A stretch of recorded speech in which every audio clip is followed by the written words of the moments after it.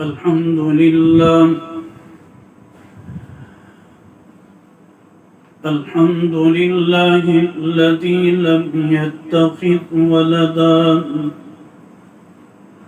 ولم يكن له شريك في الملك ولم يكن له ولي من الذل وكبره تكبيرا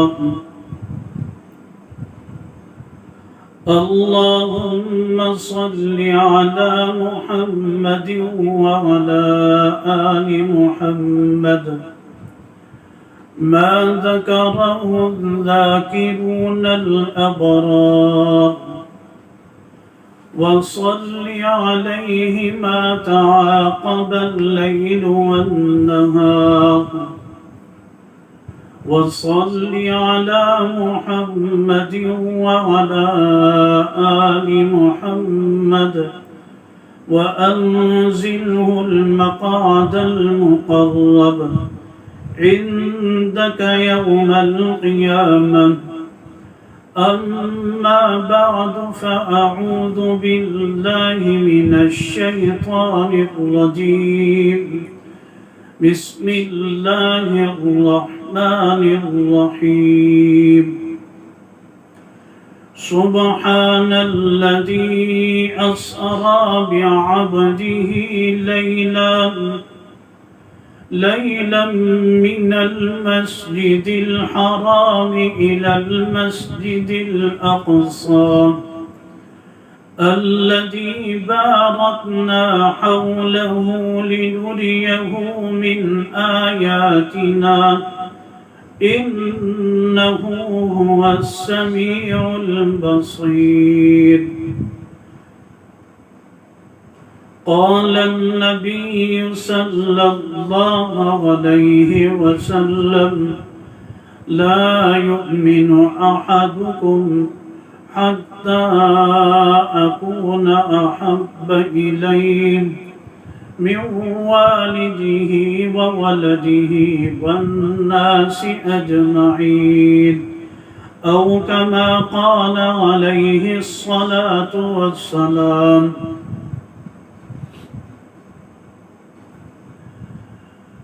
شعور اسلام اکیڈمی کے زیر اہتمام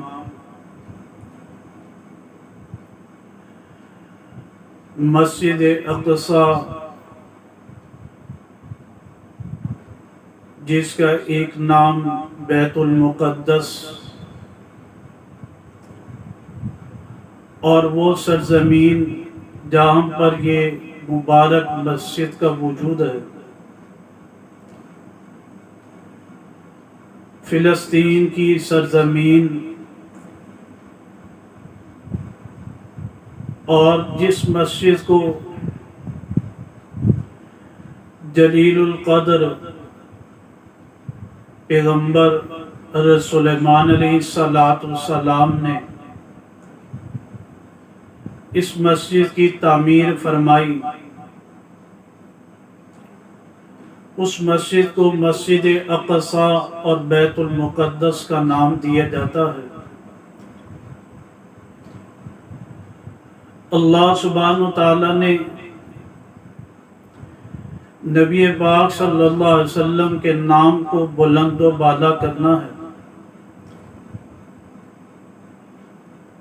اور آپ علیہ السلام کے دین کی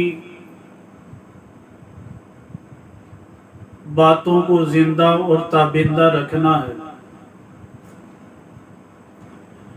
آپ علیہ السلام کی زندگی مبارک بہت سے امتحانات پر مبنی تھی نبی پاک صلی اللہ علیہ وسلم نے خود فرمایا کہ امت میں سب سے زیادہ امتحانات انبیاء علیہ السلام پر آتے ہیں پھر ثم الامثل ثم الامثل پھر اس کے بعد جو زیادہ ان کے دین کے مطابق مثال بننے والے ہوتے ہیں. ہم سلمانہ زیادہ ہم مثل، صورت کے اعتبار سے، سیرت کے اعتبار سے جو آپ علیہ السلام کے دین کی تعلیمات پر عمل کرے گا تو لازم بات ہے کہ دنیا میں اس پر امتحانات بھی آئیں گے۔ اس چیز کو اللہ سبحانہ تعالیٰ نے قرآن مجید میں سورہ عنکبوت کی پہلی آیت مبارکہ میں بھی ذکر فرمایا، الف لام میم احسب الناس ان یترکوا ان یقولوا آمنا وهم لا یفتنون، احسب الناس ان یترکوا، کیا لوگو تم جو منہ کے ساتھ، زبان کے ساتھ، اپنے الفاظ کے ساتھ کہتے ہو آمنا، ہم ایمان لے کر آئے، صرف آمنا لانے کے ساتھ ہی تمہاری بات پوری ہو جائے گی، دنیا میں تمہارے اوپر امتحان نہ آئے گا؟ وَهُمْ لَا يُفْتَنُونَ، تم یہ گمان کرتے ہو تمہیں فتنے میں نہ ڈالا جائے گا۔ فتنے کا معنی ہے آزمائش، فتنے کا معنی ہے امتحان، حالات آئیں۔ نبی پاک صلی اللہ علیہ وسلم کی پر مکہ کی زندگی میں بہت سے امتحانات آئے، بہت زیادہ امتحانات آئے۔ آپ پر بڑا امتحان، جتنے بھی آپ کہہ لیں کہ جو آپ کے ساتھ محبت کرنے والے تھے، جن کے ساتھ آپ علیہ السلام کا قلبی بھی مالی بھی ازدواجی تعلق تھا، وہ اماں خدیجۃ الکبریٰ رضی اللہ تعالیٰ، اللہ تعالیٰ نے ایک مثالی بیوی عطا فرمائی کہ آپ کے ساتھ وحی کی ابتدا سے لے کر اور انہوں نے اپنی وفات تک آپ علیہ السلام کا کے دستے بازو بنی رہی، بالکل۔ اور آپ علیہ السلام کی ذات پر انہیں بہت اعتماد۔ شام کے سفر میں جب آپ علیہ السلام مال دینے گئے، ان کا مال لے کر گئے، اس مال میں آپ علیہ السلام نے تجارت کی، جسے بیع مضاربت کہا جاتا ہے۔ مال اماں خدیجۃ الکبریٰ رضی اللہ تعالی عنہا کا تھا، اور اس مال کی میں پھر نفع دونوں کا تھا۔ بعد میں آپ علیہ السلام کا نکاح ہوا۔ جب پہلی وحی نازل ہوئی تو نبی پاک صلی اللہ علیہ وسلم نے گھر آ کر بتایا، فرمایا زملونی زملونی، آپ مجھے جو ہے اوڑھنی دے دو، اوڑھنی دے دو۔ اماں خدیجۃ الکبریٰ رضی اللہ تعالی عنہا کو ہی فرمایا تھا۔ یہ 20 سالی بیوی جو تھی، انہوں نے ہر وقت میں، ہر ساعت میں، ہر گھڑی میں، ہر امتحان میں نبی پاک صلی اللہ علیہ وسلم کا ساتھ دیا۔ 4 بیٹیاں 3 بیٹے نبی پاک صلی اللہ علیہ وسلم کے انہی تھے کہہ لیں، اور ایک بیٹے جو تھے ابراہیم علیہ السلام، ابراہیم رضی اللہ تعالیٰ عنہ، ان کی وفات ہو گئی۔ جب اماں خدیجۃ الکبریٰ رضی اللہ تعالیٰ عنہ بھی دنیا سے چلی جاتی ہیں، وفات پا جاتی ہیں، آپ علیہ السلام کا بیٹے جو ابراہیم رضی اللہ عنہ وہ بھی وفات پا جاتے ہیں۔ اس کے بعد جب آپ علیہ السلام کو کہا جاتا ہے کہ جی آپ دین کی بات وانذر عشیرتک الاقربین، کہ آپ اپنے قریبی رشتہ داروں کو ڈرائیے جائے، وَإِنْ عَصَوْكَ فَقُلْ إِنِّي، اور اگر وہ آپ کی نافرمانی کریں گے فَقُلْ، آپ کہہ دیجئے إِنِّي بَرِيءٌ مِّمَّا تَعْمَلُونَ، یہ بات کہنی تھی، اور اپنے رشتہ داروں کو، قبیلے والوں کو، قریش والوں کو ڈرانا تھا۔ یہ سب مخالف ہو گئے۔ اور پھر اس کے بعد نبی پاک صلی اللہ علیہ وسلم شیب ابی طالب میں وہاں پر رہے 3 سال تک۔ یہ معاملہ سن 10 نبوی تک تھا، یہ امتحانات تھے۔ اور اس سے پہلے طائف میں آپ علیہ السلام نے سفر کیا۔ اس سفر میں جانتے ہیں کہ لوگوں کو معلوم ہے، اور بعض ایسے جیسے آپ کا پہلے بھی سفر ہوا، مکہ کی سرزمین سے باہر ہوا، ابو طالب ساتھ تھے، اس وقت بھی راہبوں نے آپ کو پہچان لیا تھا، بحیرہ راہب کہہ۔ اب جب آپ طائف سے باہر نکلے تو وہاں پر بھی آپ کو پہچانتے تھے، لیکن ضد اناد اتنی بڑھ گئی کہ آپ کو تکلیف دیتے تھے، پریشان کرتے تھے۔ تو آپ علیہ السلام نے شیب ابی طالب میں بھی وقت گزارا، وہاں پر ایک محصول رہے، کھانے پینے کے شامل۔ طائف کے میدان میں گئے، اس طائف کے میدان میں آپ پر ضد اناد دشمنی رکھنے والوں نے اوباش نوجوانوں کو کہا کہ آپ کو پتھر مارے، آپ بیٹھ جاتے تھے، پھر کفار مشرکین آپ کو تکلیف دیتے تھے، کھڑے کرے، آپ کے پاؤں مبارک اور آپ کے جوتے مبارک میں خون آلود ہوئے۔ جبرائیل علیہ السلام آگے کہ آپ حکم دیں، آپ کہیں اپنے منہ مبارک سے الفاظ کہیں، ہم دونوں پہاڑوں کو ملا کر ان بستی والوں کو الگ کریں۔ یہ پریشانی ہے۔ ان حالات میں انسان غم زدہ ہوتا ہے، جیسے ابراہیم رضی اللہ تعالیٰ عنہ پاک پاک صلی اللہ علیہ وسلم نے فرمایا، یا ابراہیم اِنَّا لِفِرَاقِكَ لَمَحْزُونٌ، ہم تیری جدائی کے ساتھ غمگین ہیں۔ اس کے بعد نبی پاک صلی اللہ علیہ وسلم کو سن 11 نبوی میں اللہ سبحانہ تعالیٰ نے معراج کرایا، جو موضوع ہے۔ ہمارا موضوع جو ہے وہ یہ ہے کہ واقعہ معراج اور مسجد اقصی کی حمایت، مسجد اقصی کے ساتھ محبت، بیت المقدس کے ساتھ محبت، فلسطین کے مسلمانوں کے ساتھ محبت، اہل مسلمانوں کے ساتھ محبت، یہ بتانا ہے۔ اور یہ ہمارا عشق ہے، ہماری محبت ہے، ہماری مودت ہے، اور نبی پاک صلی اللہ علیہ وسلم کی اس بارے میں بہت سی پیشن گوئیاں۔ قرآن مجید کی جو آیت مبارکہ پڑھی گئی وہ تھی سورۃ الاسراء کی پہلی آیت مبارکہ، کہ سبحان الذی اسری بعبدہ لیلا من المسجد الحرام الی المسجد الاقصی، پاک ہے وہ ذات جو ہے جو اپنے بندے کو لے گئی رات کے کچھ حصہ میں، لیلن کہتے ہیں اس پر تنوین جو ہے تنکیر کے لیے، مراد تنکیر کا معنی یہ کچھ وقت میں لے گئی، ساری رات بھی نہیں لگی، مراد یہ کچھ رات کے کچھ حصہ، مسجد حرام سے مسجد اقصی تک جو ہے۔ اب مسجد اقصی کون سی جگہ ہے؟ اس حدیث میں ایک حدیث مبارکہ میں بخاری اور مسلم دوسرے میں بھی آتا ہے کہ 3 مساجد اللہ سبحانہ تعالیٰ کے ہاں بہت زیادہ محبوب ہیں، ایک مسجد حرام، دوسری مسجد نبوی، تیسرے مسجد اقصی۔ مسجد اقصی الذی بارکنا حولہ، فرمایا وہ ہے کہ ہم نے برکت دی اس کے ارد گرد ہے، ارد گرد یہ اس کے آس پاس برکتیں ہیں، لِنُرِيَهُ مِنْ آیَاتِنَا، تاکہ ہم دکھا دیں ان کو اپنی نشانیاں۔ اب مسجد اقصی کون سی سرزمین ہے اس بارے میں، اب حدود اربع کیا ہے، اس کے دائیں بائیں آس پاس جو ہے، اس پر میں کتابوں کو ٹٹولا غور و فکر کیا، اس سبق کی برکت سے جو ہے اور کچھ فوائد حاصل ہوئے جو ہے۔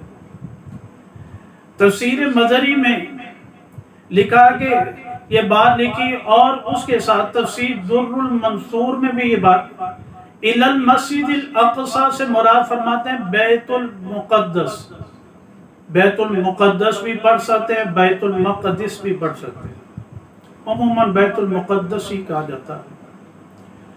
اللہ سبحانہ تعالیٰ نے اس میں فرمایا اس کے آس پاس دائیں بائیں برکتیں ہیں، برکتیں ہیں۔ یہ کیوں برکتیں؟ فرمایا یہ وہ سرزمین ہے جہاں پر اللہ سبحانہ تعالیٰ نے بہت سے انبیاء علیہ السلام کو بھیجا، اور یہ وہ سرزمین کون سی ہے سرزمین؟ کیونکہ اب تو چھوٹے چھوٹے ملک بن گئے، چھوٹے چھوٹے شہر بن گئے۔ اب جیسے ہم ملک پاکستان میں رہتے ہیں، روایات مبارکہ میں غزوہ ہند کا لفظ آ جاتا ہے۔ اب ہند سے کیا مراد ہے؟ پھر بعض روایات میں عود ہندی کا لفظ آ جاتا ہے۔ شیخ سعدی رحمۃ اللہ علیہ نے تلواروں کا ذکر کیا، ہند کی تلواروں کا ذکر کیا۔ اب ہند ہے کہاں پر؟ انڈیا دیکھ لے، بنگلہ دیش دیکھ لے، اور اس کے ساتھ جو ہے پاکستان کی یہ سرزمین ساری ارض ہند کہلاتی ہے، زمین ہند کی۔ چھوٹے چھوٹے ملک بن گئے۔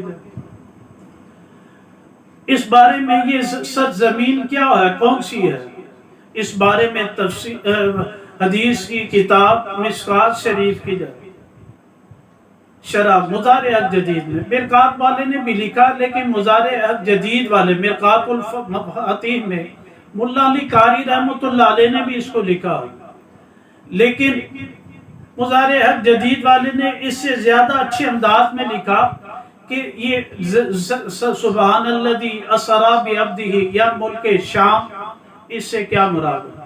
ملک یمن، یہ کون سی سرزمین مراد ہے؟ یمن کی حدود کہاں تک ہیں؟ ملک شام کی حدود کہاں تک ہے؟ یہ کہاں تک عرض ہے؟ اس بارے میں جو ہے یمن کے بارے میں آپ مضارع جدید جلد نمبر 5 جو ہے صفحہ نمبر 829 میں یہ بات لکھی ہے، اس کو آپ دیکھ سکتے ہیں۔ باب ذکر الیمن والشام وذکر اویس القرنی رحمہ اللہ، فرماتے ہیں یمن کا ذکر، شام اور اویس قرنی رحمہ اللہ کا ذکر ہے۔ کہتے ہیں یمن ان شہروں بستیوں کو کہتے ہیں جن کا محل وقوع خانہ کعبہ کے دائیں سمت پر پڑتا ہو، کیونکہ یمن یا یمین جیسے قرآن مجید میں آتا ہے وَأَصْحَابُ الْيَمِينِ مَا أَصْحَابُ الْيَمِينِ، دائیں، فَأَصْحَابُ الْمَيْمَنَةِ مَا أَصْحَابُ الْمَيْمَنَةِ، یہ دائیں طرف آ جاتا ہے۔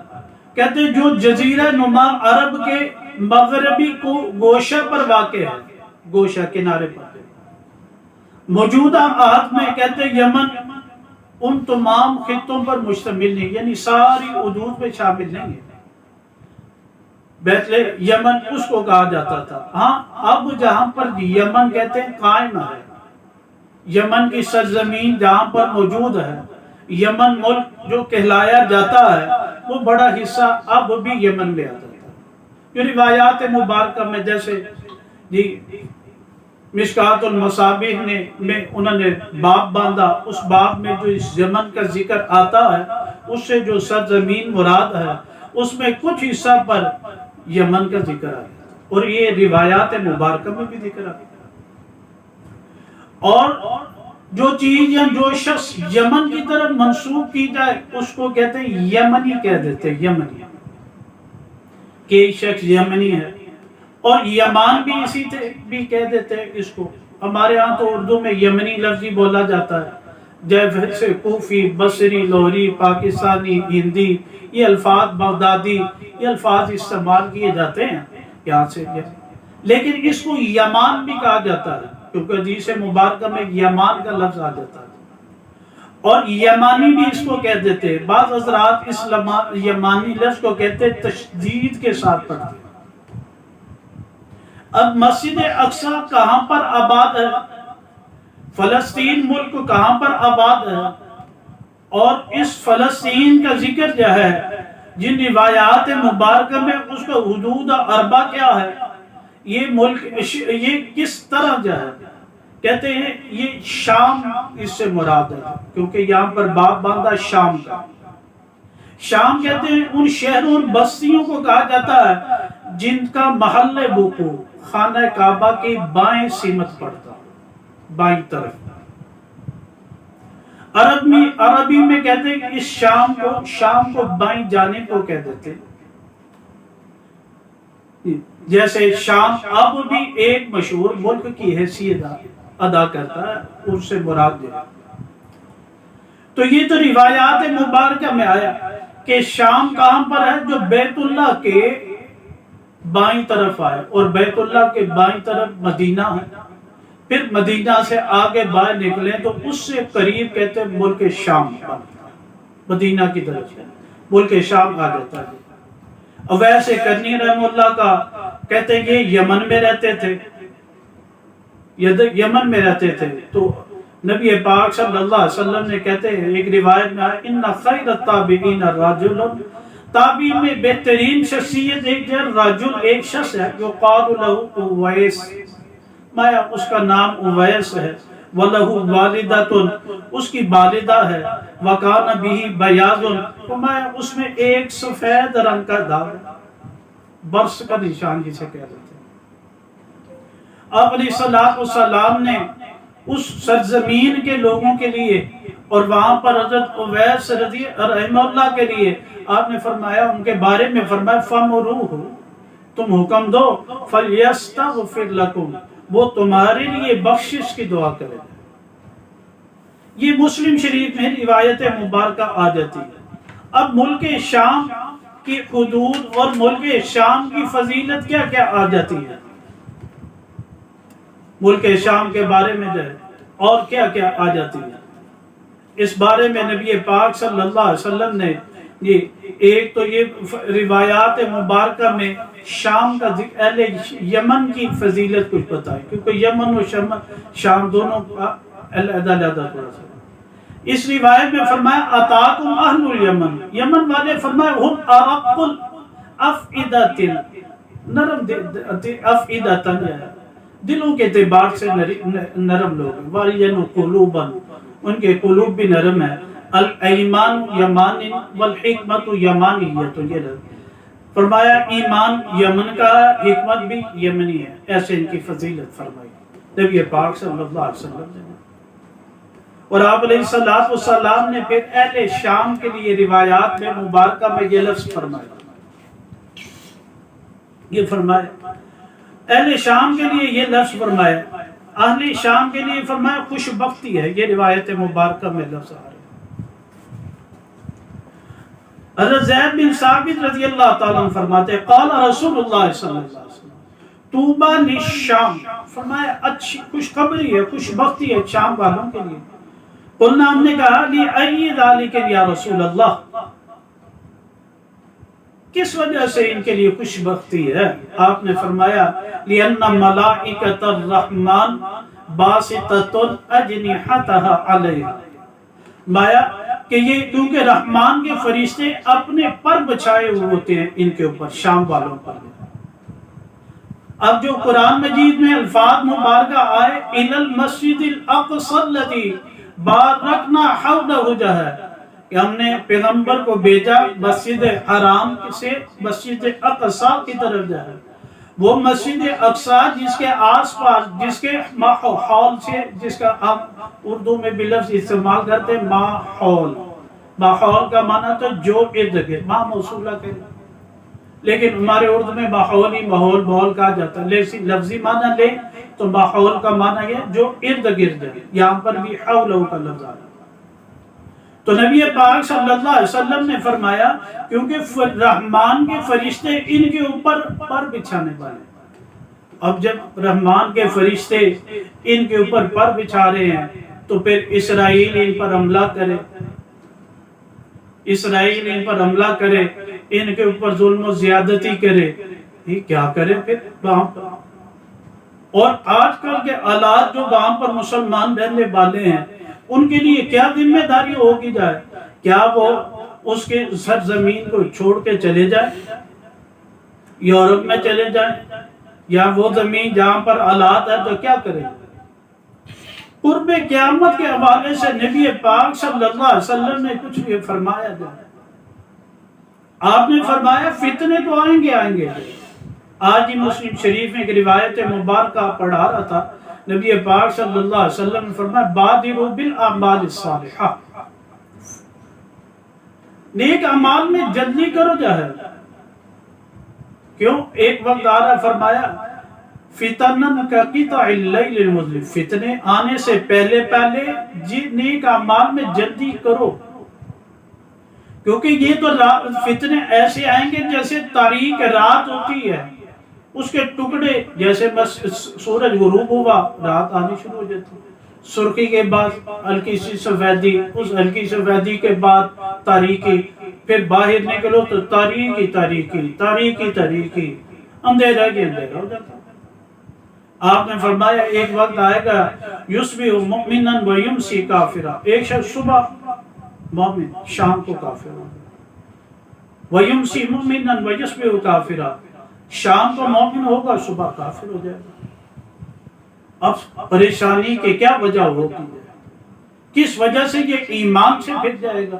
میں نے حدیث مبارکہ پڑھی تھی، یہ بخاری شریف میں آتی ہے، نبی پاک صلی اللہ علیہ وسلم فرمایا تو حب الرسول، امام بخاری رحمہ اللہ نے باب باندھا من الایمان، رسول اللہ صلی اللہ علیہ وسلم سے محبت کرنا ایمان میں سے۔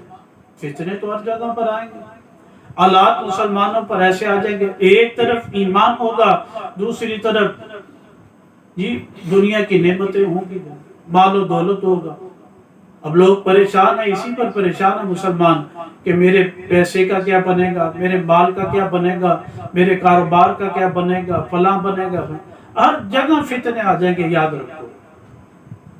پھر مسلمان دین سے پھر جائے گا تو فرمایا پھر یہ ہوگا فتنن کا قطع اللیل المظلمہ، میں رات کی تاریکی کی طرح اس میں فتنے آ جائیں گے، تبیع دینہ عرضا من الدنیا، مسلمان جو کافر بن جائے گا اپنے دین کو دنیا کے سامان کے بدلے میں بیچ ڈالے گا۔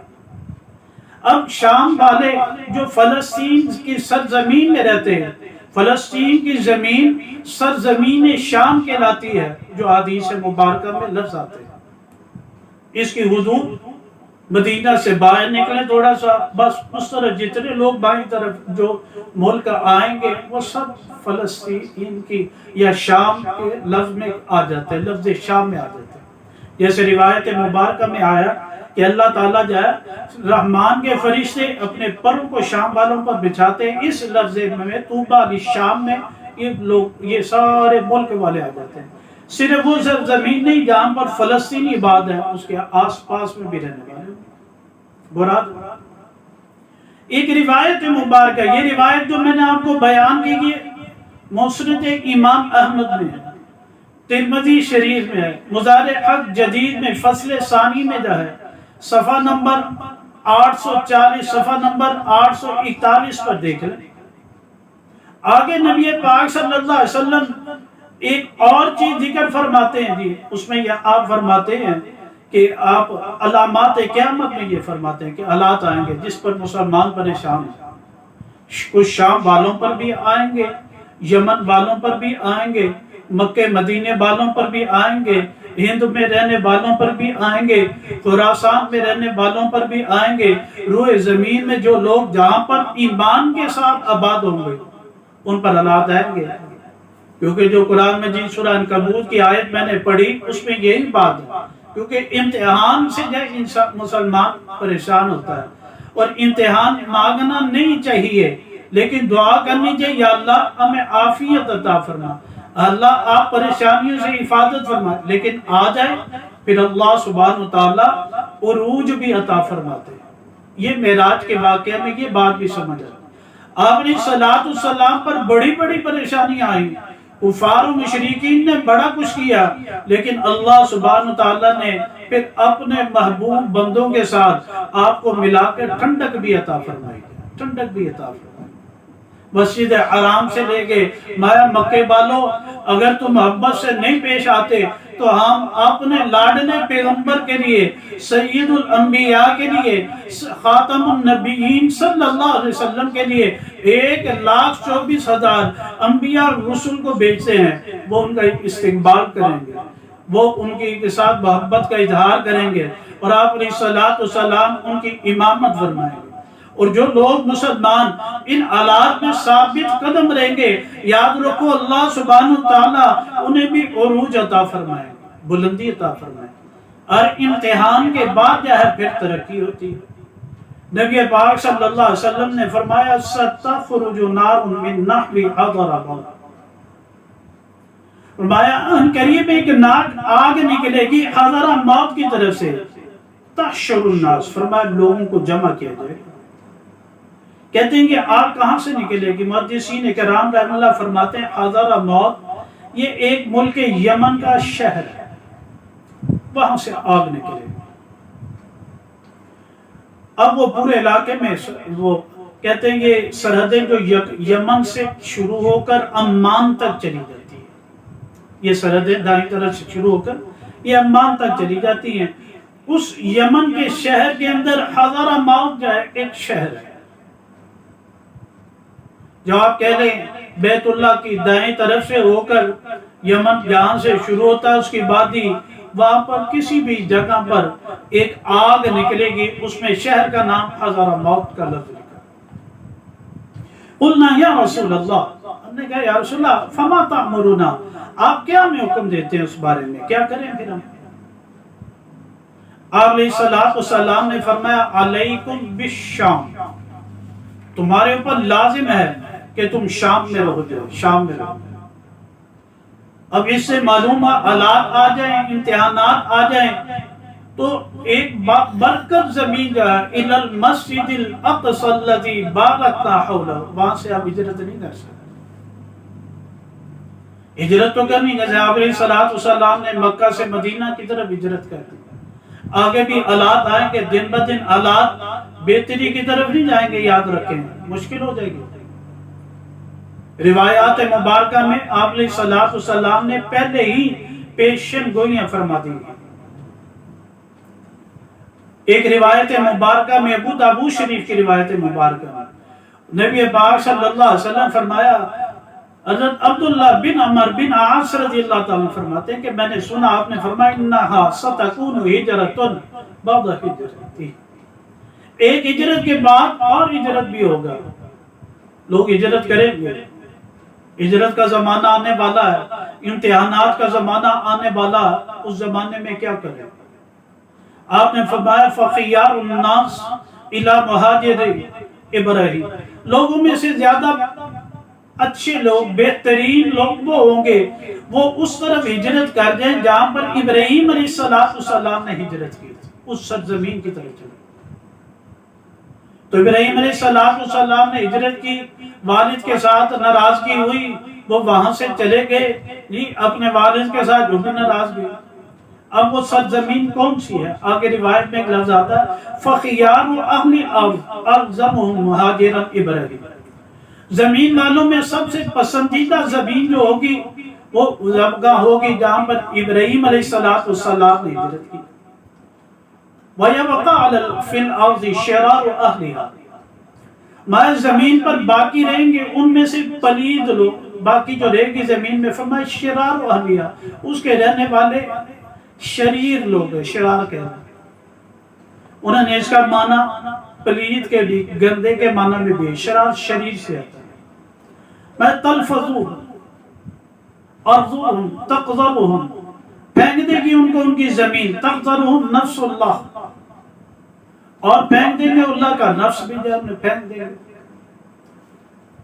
تحشرہم النار، فرمایا ان کو آگ جمع کر دے گی، وہ لوگ آئیں گے جو ناپاک لوگ ہوں گے، نافرمانی میں زندگی گزار رہے ہوں گے، مایا وہ بس پھر بالقردۃ والخنازیر تبیت معهم، اچھے لوگ وہاں سے نکل جائیں گے، ناپاک لوگ رہ جائیں گے۔ اب وہاں پر کیا ہوگا؟ فرمایا ایک آگ آئے گی جو انہیں کھینچے گی، تحشرہم النار، جمع کر دے گی ان کو آگ۔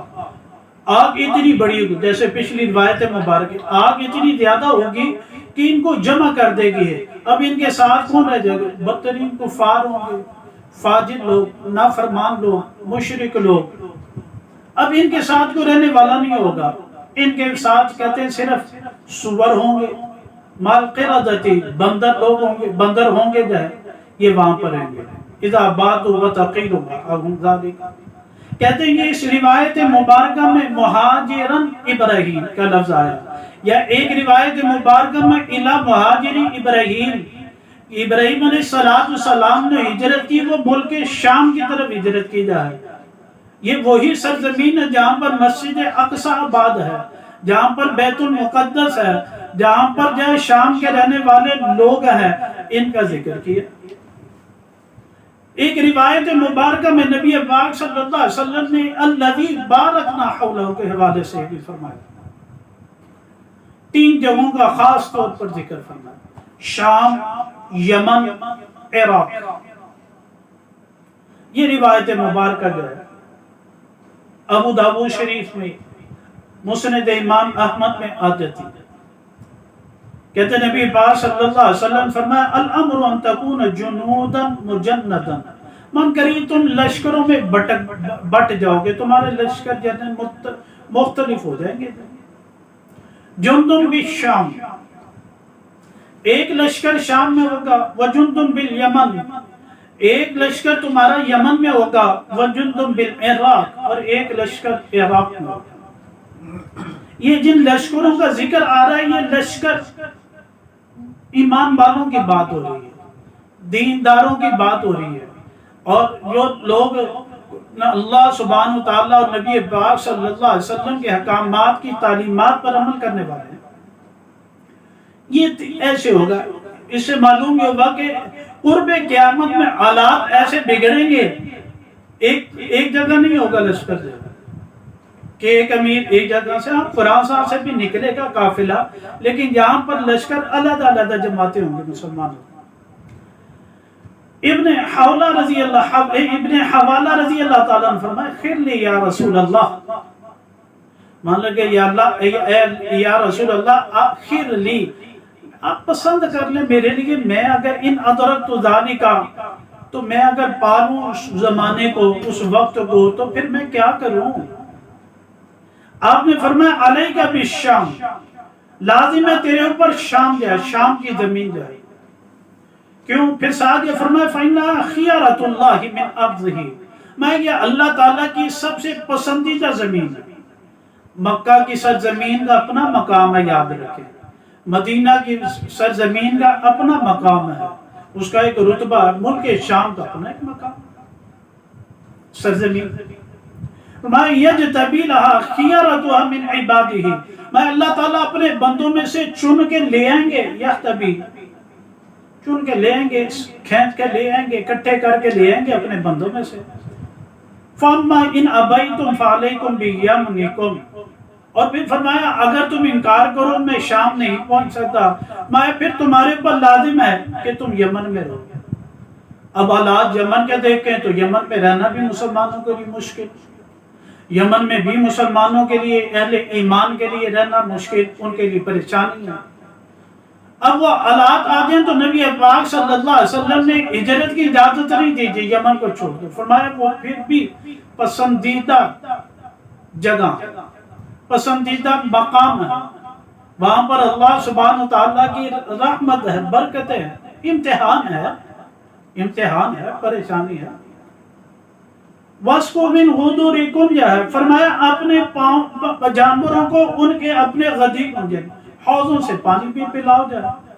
فَإِنَّ اللَّهَ عَزَّ وَجَلَّ تَوَكَّلْ لِي بِالشَّامِ وَأَهْلِهِ، اور پھر فرمایا تم اب جاؤ، تو پھر فرمایا تم اللہ نے توکل کر لیا، اب میرے لیے جو ہے پسند کہہ لے گا شام کو رہ لے، شام کو جو جب تم فرمایا تم دیکھو شام میں جاؤ تو پھر وہاں پر پھر فرمایا شام والوں کے ساتھ وہاں پر تم رہو جاؤ. اس روایات مبارکہ میں شام کا بھی ذکر آ گیا، یمن کا بھی ذکر آ گیا جی، اور پھر فرمایا ان سرزمین سے تم جو ہے نکل نہیں سکتے، وہاں پر آپ نے رہنا ہے. اور ایک روایت مبارکہ میں نبی پاک صلی اللہ علیہ وسلم فرمایا کہ یہ دنیا کے ایک نظام میں کیسے چل رہا ہے. یہ بھی حکومت کس کی ہے؟ حکومت اللہ سبحانہ وتعالیٰ کی ہمیشہ سے ہے، ہمیشہ ہی رہنی ہے. اب دنیا کے حکمران ہیں، کوئی یہودی ہے، کوئی عیسائی ہے، کوئی مسلمان ہے، مختلف ہے، اور وہ مسلمانوں کو ظلم کر رہے ہیں، زیادتی کر رہے ہیں. کیسے جائے؟ اللہ تعالیٰ کی ذات علیم ہے، بردبار ہے. کافر ہو، نافرمان ہو، فاسق ہو، فاجر ہو، یہودی ہو، عیسائی ہو، ہندو ہو، فلاں ہو، کوئی بھی ہو، اللہ سبحانہ وتعالیٰ آخری حد تک مہلت دیتے ہیں، پھر جب چاہتے ہیں فوری پکڑ لیتے ہیں. حکومت اللہ تعالیٰ کی چاہ رہی ہے. سمجھنے والا یہ سمجھتا ہے کہ میری حکومت فلاں لے کر آیا، میری حکومت فلاں لے کر آیا، ایسا نہیں ہے. نبی پاک صلی اللہ علیہ وسلم نے فرمایا الابدال یکونون بالشام، فرمایا شام میں ابدال ہوتے ہیں، ابدال جو حکمرانی جاتی، جس کو چاہے اللہ پاک ان کے ذریعے حکمرانوں کو تبدیل کر دیتے ہیں۔ وَهُمْ 40 رَجُلٌ، فرمایا 40 لوگ ہوتے ہیں، کلما مات رجل، جب ایک شخص وفات پا جاتا ہے، ابدل اللہ مکانہ رجل، اللہ تعالیٰ اس کی جگہ ایک شخص کو لے آتے ہیں، جی ایسے جگہ لے آتے ہیں، یسقى بها الغیث، وہ ایسا شخص ہوتا ہے فرمایا جس کے ذریعے اللہ تعالیٰ بارش کو برساتے ہیں۔ ایک ابدال ایسا شخص ہوتا ہے، روئے زمین پر رہتا ہے، اس کی برکت سے اللہ تعالیٰ بارش برساتے ہیں۔ اور وَيُنْتَصَرُ بِهِمْ عَلَى الْأَعْدَاءِ، ان کے ذریعے اللہ پاک جو ہے دشمنوں پر مدد فرماتے ہیں۔ بِهِمْ، اس میں لفظ ہے بِهِمْ، ان 40 لوگوں کے ذریعے۔ وَيُصْرَفُ عَنْ أَهْلِ الشَّامِ بِهِمْ الْعَذَابِ، اللہ تعالیٰ ان کی برکت سے جو ہے سخت عذاب کو بھی دبا فرما دیتے ہیں، کیونکہ وہاں پر وہ لوگ ہیں، انسانوں میں سے ہیں، نیک لوگ ہیں، مقرب لوگ ہیں۔ تو آیت مبارکہ میں یہ ذکر فرمایا الذی بارکنا حولہ، یہ سرزمین ہے کون سی ہے جی؟ یہ سرزمین ملک شام کی سرزمین ہے، جس کا ذکر روایات مبارکہ میں آتا ہے، اور بعض روایات میں فرمایا اس کی تعداد کہتے ہیں 500 تک بھی آ جاتی ہے جی۔ اللہ تعالیٰ نے روئے زمین پر ایک کام نظام رکھا ہوا ہے وہاں پر۔ اور یہ ملک شام میں اور کون سی ہے؟ آپ علیہ الصلوۃ والسلام سے ایک روایت آپ نے فرمایا الخلاف